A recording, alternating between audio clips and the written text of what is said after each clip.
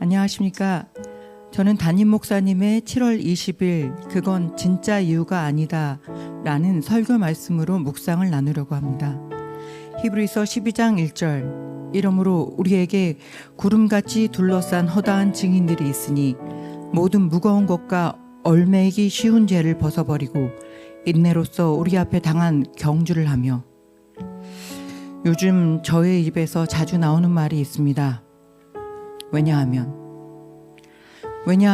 결혼 30년이란 시간이 지났는데도 남편은 여전히 하나님을 부인하고 교회를 가지 않고, 왜냐하면 시댁은 여전히 제사와 유교적 불교적 전통 안에 있고, 왜냐하면 딸은 예배를 힘들어하고, 왜냐하면 아무리 참아도 바뀌는 게 없고, 왜냐하면 그 속에서 기도해도 예배해도 지치고 있기 때문입니다.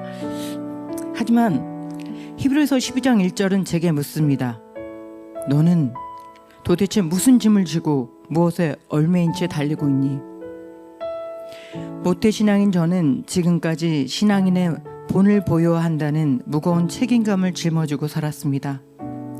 시댁에서도 자녀들 앞에서도 친구들 사이에서도 심지어 교회 안에서도 항상 본이 되어야 한다는 마음으로 참았습니다.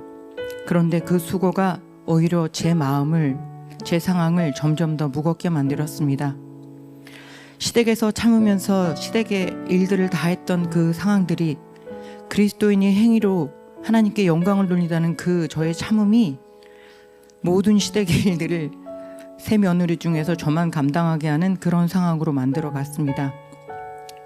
주일 예배를 빠져가면서 제사 음식을 준비하고 새벽 예배에 늦으면서도 스스로 합리화하며 저는 조금씩 예배와 기도 앞에서 미루고 회피하는 마음이 자리를 잡았습니다. 그 마음 속에는 깊은 곳에 두려움이 있었습니다. 혹시라도 남편과 사이가 멀어질까, 자녀들이 더 나를 떨어질까, 시댁과 관계가 끊어질까, 이러다 내가 하나님을 떠나지 않을까, 하나님께서도 나를 외면하지 않을까 하는 불안감 말입니다. 적용 질문. 왜냐하면 그 뒤에 숨은 감정은 무엇인가요?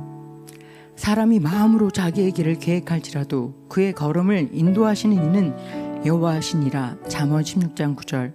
두려워하지 말라, 내가 너와 함께함이라. 놀라지 말라, 나는 내 하나님이 됨이라. 이사야서 41장 10절 말씀. 저의 왜냐하면 뒤에는 두려움, 분노, 상처, 실망, 그리고 스스로를 향한 정죄가 숨어 있습니다. 그러나 오늘 저는 다시 고백합니다. 내 걸음을 인도하시는 이는 나 자신이 아니라 하나님이심을 믿습니다. 아멘. 적용 질문 두 번째. 변명의 벽 때문에 순종하지 못한 영역은 무엇인가요? 바람과 풍랑을 보고 무서워 빠져가는지라. 예수께서 즉시 손을 내밀어 그를 붙잡으시며 이르시되 믿음이 작은 자여 왜 의심하였느냐. 마태복음 14장 30절 31절 말씀. 저는 주님, 지금은 너무 지쳤어요. 지금은 너무 힘들어요. 이런 핑계로 믿음의 발걸음을 멈춘 적이 많습니다. 친정어머니께서는 주사로 폭력을 일삼고 바람기가 많은 아버지를 참으며 50대에 목회자의 일을 걸어가셨습니다. 3번이나 개척교회를 하시면서 아무도 오지 않는 성전에서 오랫동안 새벽 기도를 하시며 예배당을 지키셨습니다. 그러던 도중에 제가 먼저 암을 맞았고 또 어머니께서 암에 걸리셔서 정말 힘들게 괴로워하시다가 소천하셨습니다. 그런데 그 어머니가 오랫동안 기도하셨던 게 아버지와 오빠의 영혼 구원이었습니다. 어머니가 돌아가시고 10년 동안 아버님은 계속 술을 드시며 간암에 걸리셨고 돌아가실 때까지 여러 번 목사님을 불러와서 기도를 했지만 그때는 기도를 따라 하셨지만 제가 볼 때에는 믿음의 생활을 하시진 않으셨습니다.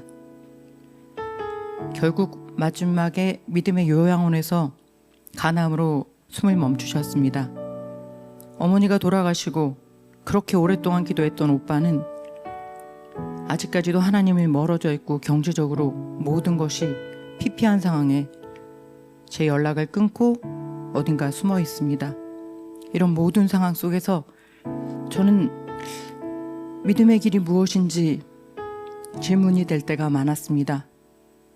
이러한 핑계로 믿음의 발걸음을 멈추려 한 적이 많았습니다. 하지만 이 모든 것들은 주님을 온전히 신뢰하지 못하게 하는 제가 보고 있는 풍랑과 바람이었습니다. 적용 질문 3. 지금 내가 바라보며 걷고 있는 대상은 무엇인가요? 내가 산을 향하여 눈을 들리라. 나의 도움이 어디서 올까? 나의 도움은 천지를 지으신 여호와께로다. 너희는 말씀을 행하는 자가 되고 듣기만 하여 자신을 속이는 자가 되지 말라. 야고보서 1장 22절. 저는 남편을, 시댁을, 자녀를, 세상의 반응을 바라보며 걸어가고 있었습니다. 하지만 그런 시선들은 저를 지치게 했고 신앙이 아니라 상황을 기준 삼는 믿음 없는 자의 걸음이 되어버렸습니다. 오늘 저는 다시 주님을 바라봅니다. 주님만이 나의 도움이시고 나의 길을 열어가시는 분임을 믿습니다. 결단 히브리서 12장 1절 말씀같이 이제 저는 무거운 짐과 얽매이기 쉬운 죄를 벗어버리고 주님을 다시 바라보며 인내로 다시 경주를 시작하려 합니다. 지금 제가 가진 믿음은 온전하지 않습니다. 때로는 의심하고 때로는 회피하고 때로는 넘어진 채 일어나지 못할 때도 있습니다. 그러나 그럼에도 불구하고 주님은 주님 기쁨의 교회로 저를 다시 부르셨고 순장의 사역을 맡기셨고 그러므로 저를 다시 부르십니다. 따라 이제 짐을 내려놓고 나를 바라보며 다시 걸어가자. 이 벽은 벽이 아니라 믿음의 길 위에서 벗어야 할 짐이었음을 고백합니다. 이제 다시 믿음으로 걷겠습니다. 감사합니다.